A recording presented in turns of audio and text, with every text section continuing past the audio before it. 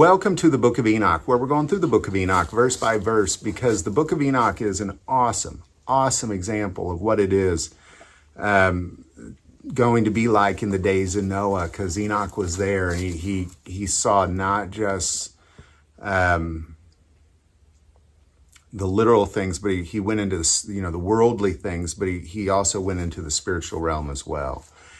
And I'm interested in what he has to say. And I've said this many times. I'm not saying it does belong in the Bible. I'm not saying it doesn't. What I am saying, I'm darn interested in reading it. Now, we're filming this from a cave. This is just kind of the deal God gave me. This particular cave, it's about railroad tracks. You may hear a railroad go by or a train go by. But it was a long walk. It was super hot. So Benjamin's going to sit here and pant. I'm going to try to quit sweating. It's much cooler in this cave as we continue to dig through this. So where we are is we're at that place where Enoch has been taken up by 7 angels, and he's shown all sorts of things, God's workshop, creation.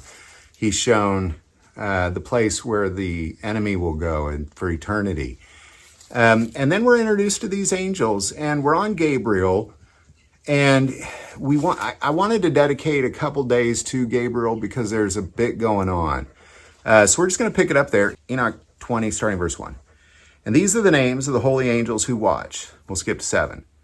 Gabriel, one of the holy angels who is over paradise, and the serpents, and the cherubim. All right, so Gabriel is over 3 things: paradise, the serpents, and the cherubim. So we're going to focus on the cherubim today because the cherubim are very significant angelic things. And the fact that he's over him will tell you a lot about who Gabriel is. So we're going to jump around through the Bible today. We only use the Bible as a reference, or Enoch in this case. So we're going to start with kind of the first time we see the cherubim, because the first time we actually see the cherubim is in Genesis, where God is booting Adam and Eve out. And it says this in 3:24. So he drove out the man, and he placed cherubim at the east of the Garden of Eden, and a flaming sword which turned every way to guard the way to the tree of life. So here what you got is you have God saying you can't go in here anymore. So I'm going to put up a cherubim as a guard. And that's ultimately what the cherubim are, is they're guards. They guard over the things of God. The tree of life is very significant because, as we saw in the last episode, the tree of life is in paradise. So he's really kind of guarding over paradise. Cherubim will stand in front of paradise. Cherubim are now standing in front of the Garden of Eden. And even God, he had cherubim placed with their wings overshadowing the Ark of the Covenant. He had them embroidered cherubim into the veil that separated the inner sanctuary.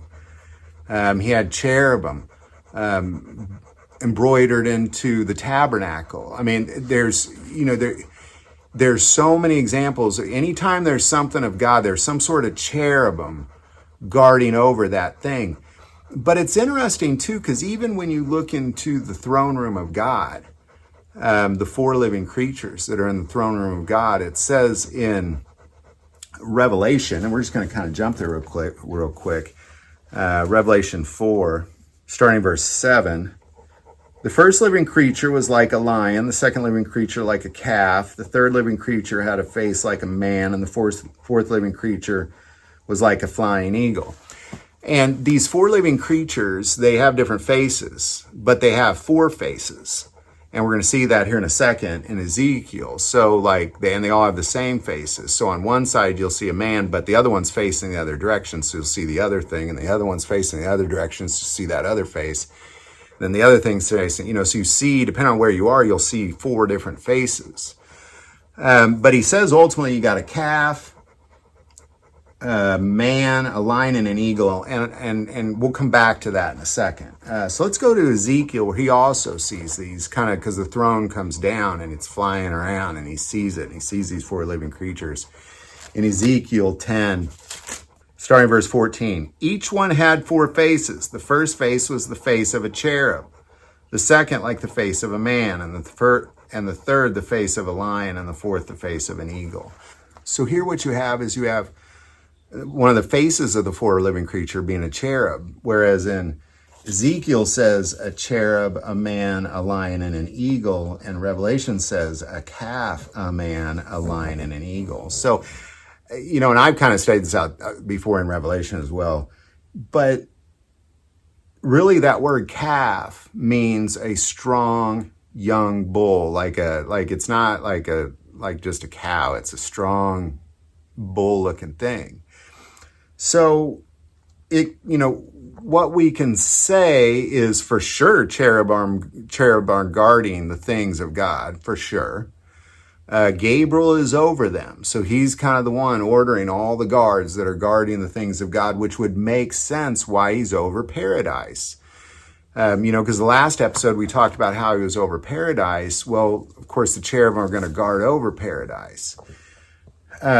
Whereas in addition to this, we can kind of, they're also guarding over the ark. They're a symbolic way. They're guarding over the temple, the veil. But in a strange way, too, we can kind of assume they might look like a strong young bull.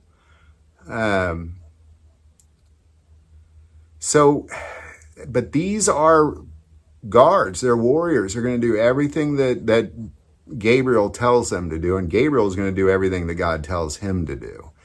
And as we also saw in the last episode, Gabriel stands in the presence of God. Literally, not figuratively. He literally stands in the presence of God. So Gabriel, one of the holy angels who is over paradise, and the serpents and the cherubim. So we're going to kind of keep on digging. We're going to go over the serpents in the next episode.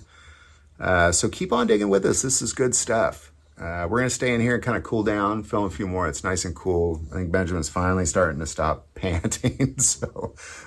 But thanks for joining us.